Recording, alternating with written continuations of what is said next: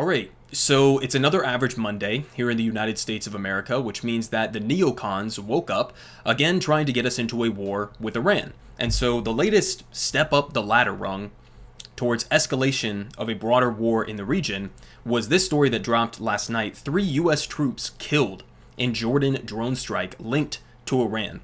So a couple of different things here. When they say linked to Iran, it's important to be nuanced about that, right? There are many different groups that are in Syria, Iraq, Yemen, the Houthis, for example, many groups around the region that do get weapons or funding or other aid from Iran. But that does not necessarily mean that Iran ordered these strikes to take place. Now that's important, right?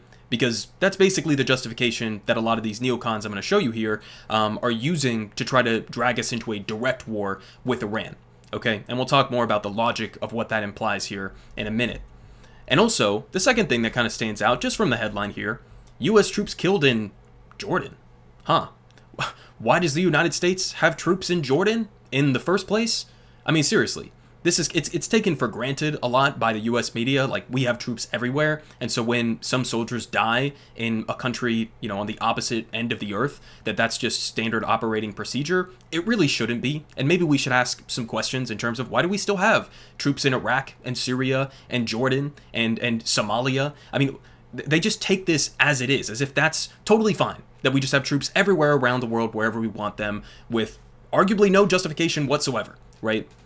So, a couple of different questions there just from the headline, but let's read some of the details. They say 3 U.S. service members were killed and at least 34 wounded, and that number is likely to go up, in a drone attack by Iran-backed militants on U.S. troops in northeastern Jordan near the Syrian border, President Joe Biden and U.S. officials said on Sunday. So I can show you guys the map that they have from this article. This is the location. It's called Tower 22, as they pointed out there, in northeast Jordan. It is very close to the Syrian border, where there are other U.S. military installations. I don't know if this is the specific target they were trying to hit, or if it was another target that was in southern Syria, but that's the location there.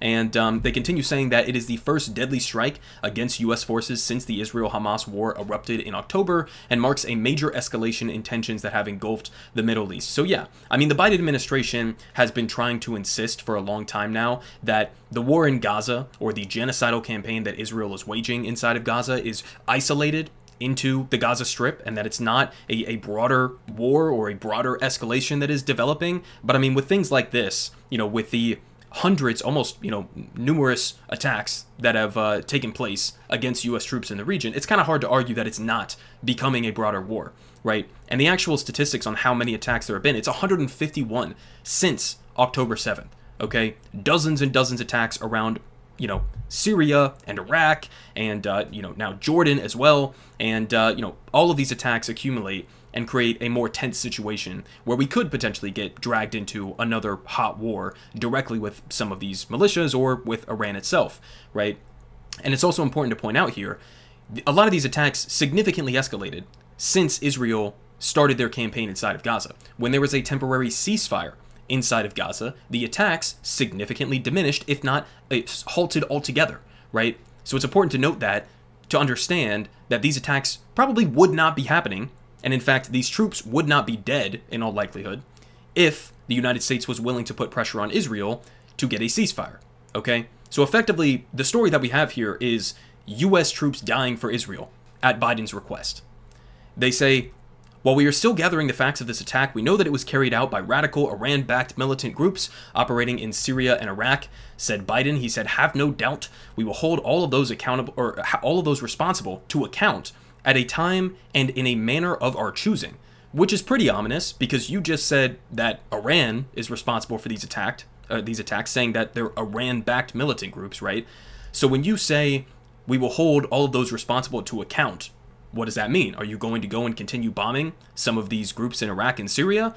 Are you going to directly bomb Iran and get us into a war with Iran? Would kind of like some clarification there, right? They say Iran's mission to the United Nations said in a statement on Monday that Tehran was not involved in the attack. So Iran is, denying that they had any sort of direct influence over this attack. I see no reason to not believe them. I mean, that would be a pretty bold move if they're directly ordering some of these attacks and risking a direct war with the United States. But regardless of what you think about their statement here, it is pretty important to note that they even are saying this in the first place, showing at least a little bit that they do not want this to escalate towards a direct conflict between the United States and Iran. And so, I mean, take that, the killing of those troops, the 151 attacks that have taken place since October, and then you look at statements like this. I mean, the question is it now fair to say that the U.S. is at war in Yemen, right, which we've also been bombing? And the Pentagon spokesperson, we don't think that we are at war. And then the question again is, we bombed them 5 times now. Now it's up to 8 times.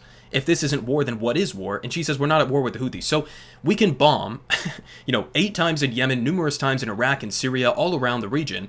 We can have our troops bombed over 150 times in the region, now resulting in 3 U.S. troops who are dead, okay? And we can do all of this and still insist somehow that this is not a war. Then what is it exactly? I mean, it's utterly delusional at this point.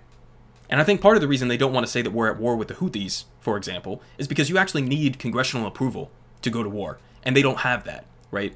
And many members of Congress have called them out for some of these illegal strikes, like Ro Khanna, for example. I mean, we also have this update here. This just dropped today. The White House has notified Congress that it has U.S. troops on the ground in Yemen. So now we have troops on the ground. Now, granted, the amount that Ken, talked about in some of his tweets here, it's only a couple that I'm aware of, at least, that are on the ground in Yemen. A couple Army personnel, and I think it was an Air Force personnel as well. But I mean, still, you have troops on the ground. You've bombed them in 8 different bombing campaigns in just the last couple of months, and you're insisting we're not at war. Therefore, we don't have to ask Congress for permission to do this. We don't have to get the American people's permission to go and get us into another direct conflict. And it also, the obvious underlying point that needs to be made here is, again, all of this is tied back to Israel's war on Gaza. The attacks in the Red Sea by the Houthis would not be happening right now if the United States was willing to apply pressure on Israel to stop the attacks, right, inside of Gaza. But the U.S. doesn't want to do that, right? And so we're willing to risk our own troops' lives even now and their safety, as well as, obviously, the safety and well-being of 2 million people inside of Gaza. We're willing to risk all of that just to support Israel in their campaign. That even the ICJ finds that it's plausible that they are committing a genocide now and is moving forward with that case, right? And then there were some contradictions here. The deputy Pentagon spokesperson, the same person who just said we're not at war with the Houthis, said we don't have troops in Yemen. Well, which one is it? Because they just said that you do. I mean, the White House themselves said that they do. And then also, the latest public DOD, the Department of Defense report, says that they also have active duty troops in Yemen. So which one is it? I mean, it's like they can't figure this shit out. And then again, just as a reminder, we bombed Iraq in an effort to deter Iran, right? U.S. airstrikes in Syria target Iran-backed militias. I mean, is this deterring? Is this deterrent strategy, is this working so far? I mean, Biden himself, as I covered on this channel just a couple of weeks ago, he straight up admitted when he was asked about this outside on the White House lawn, he straight up admitted, the strikes are not working against the Houthis in terms of diminishing their capability to continue with the attacks on shipping lanes in the Red Sea. He admitted that. I mean, he straight up said, bar for bar, the attacks are not working, but will they continue? Yes, they will continue. So what do we do? It's just forever war. It is the illogical mindset of getting ourselves into these forever wars that get us absolutely nowhere. They don't even accomplish the stated goals of what the furthest right neocon would hope for, right? They don't do anything other than risk broader escalation and get us more bloodshed. All because at the root of the problem, the United States is unwilling, the Biden administration refuses to put any pressure on Israel whatsoever. And so then we inevitably get to this situation where, of course, Republicans, as they do all the time, but this was a significant amount of them who stepped forward to throw their hat in the ring here, take decisive action against Iran, demanding that we get ourselves into a war. Tom Cotton here, I mean, let's read some of his statements. Joe Biden emboldened Iran for years by tolerating the attacks on our troops, bribing the Ayatollahs with billions of dollars. When he says bribing them, what he means is that the United States froze some of their assets, and then we unfroze some of them in an effort to try to maybe think about getting back to the Iran nuclear deal that was signed under President Obama that was absolutely working, and then Trump obviously tore that up, right? Now, in the early stages of the Biden administration, there was some hope there that maybe we could revive the Iran nuclear deal. That, fell through. Joe Biden didn't really pursue it seriously. But part of that, I mean, it's not like we funded them. This was their money. It was Iran's money that we had seized, okay, or frozen in one way or another. We're not giving them taxpayer dollars. So it's incredibly dishonest there, right? He's bribing the Ayatollahs with billions of dollars and appeasing them to no end, right? The Ayatollahs love Joe Biden. He left our troops as sitting ducks, and now 3 are dead and dozens are wounded, sadly as I predicted would happen for months. So what is your solution? The answer is to go to war with Iran and then less troops will die? Is that what we're arguing here? He says the only answer to these attacks must be devastating military retaliation against Iran's terrorist forces, both in Iran and across the Middle East. Anything less will confirm Joe Biden as a coward, unworthy of being commander-in-chief.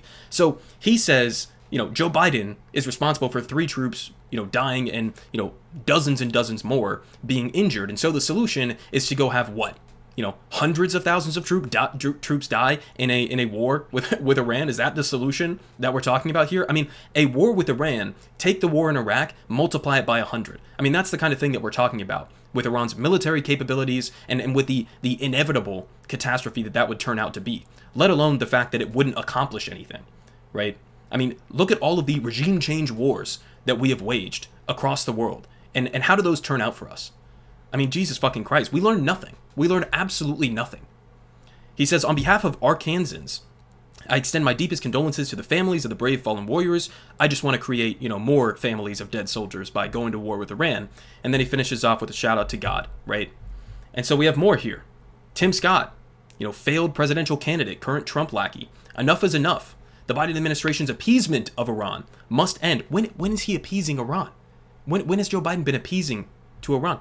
It's time for clear and decisive actions, and Iran must be held accountable for the malign activities of its proxies. Again, calling us to get into a further conflict with Iran. Lindsey Graham says it straight up, hit Iran now, hit them hard. Why don't you go hit them hard? Why don't you strap yourself to, one of those kamikaze drones and go fly yourself over to Tehran, if that's what you want to do, right? We have another one here. Target Tehran, says John Cornyn. And then we finish off with this. Donald Trump. He says, 3 years ago, Iran was weak, broke, and totally under control. Really? That's not how I recall, how Iran was. I kind of remember you, drone striking Qasem Soleimani, a top Iranian general, and almost escalating towards a war with Iran at the time. But, okay, totally under control, right? Thanks to my maximum pressure policy, the Iranian regime could barely scrape $2 together to fund their terrorist proxies. Then Joe Biden came in and gave Iran billions of dollars, again, the same lie we just talked about, which the regime has used to spread bloodshed and carnage throughout the Middle East. This attack would have never happened if I was president, not even a chance. Just like the Iranian-backed Hamas attack on Israel would never have happened, the war in Ukraine would never have happened, and we would, right now, have peace throughout the world. Instead, we're on the brink of World War III. So, if only Donald Trump had been kept as the president, the guy who significantly increased the drone war, who describes his own policy as maximalist pressure, okay? If only he had stayed in office, then there would be no war in the world. We would be in a perfect, a peaceful utopia. I mean, it's simultaneously two different things, right? It's funny because of how delusional it is, like the idea that Trump was some sort of a dove who never would have gotten us into any wars. His Israel policy, if he was in the same situation Biden is in right now, arguably would have been more aggressive, more hawkish, okay, and causing a humanitarian catastrophe inside of Gaza, okay? He just wouldn't have had the, veneer of morality that Joe Biden pretends to have about caring about Palestinian civilians. Trump wouldn't have even pretended to care about that. That's the main difference. But in terms of substance, he wouldn't have handled this any better. If anything, he would have been more hawkish. He would have been more likely to get us into hot wars in the region. So, I mean, it's simultaneously funny in the sense that it's utterly delusional, but it's also, it's kind of clever in a way to use that as your strategy for, 2024 in the election, to pretend as if everything would be perfect, to take all of these global situations and to be like, Russia never would have invaded Ukraine, Israel, the Hamas attack inside of Israel, that would have never happened, we would have had perfect world peace, right? I mean, it's kind of a funny, campaign strategy to go with there, as people feel as though the world is developing further and further into chaos, right? And so there's Donald Trump's take on all of this. I mean, listen, these Republicans, let's just think about the logic of striking Iran, right? I mean, take this logic to another situation. I mean, think about how many countries, how many militia groups, rebel groups the United States of America has funded throughout the years and given arms to, that have destabilized different countries and governments, right?